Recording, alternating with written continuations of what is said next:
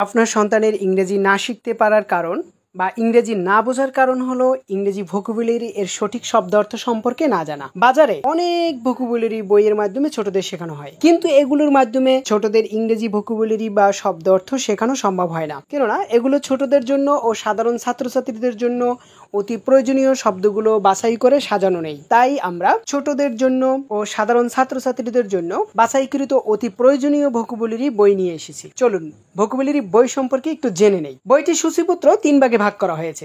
Chapter 1-এ খুব গুরুত্বপূর্ণ 3000 শব্দের ভোকাবুলারি দেওয়া রয়েছে, যা ভালোভাবে বুঝে পড়ার জন্য অ্যালফাবেট দিয়ে সাজিয়ে দেওয়া হয়েছে।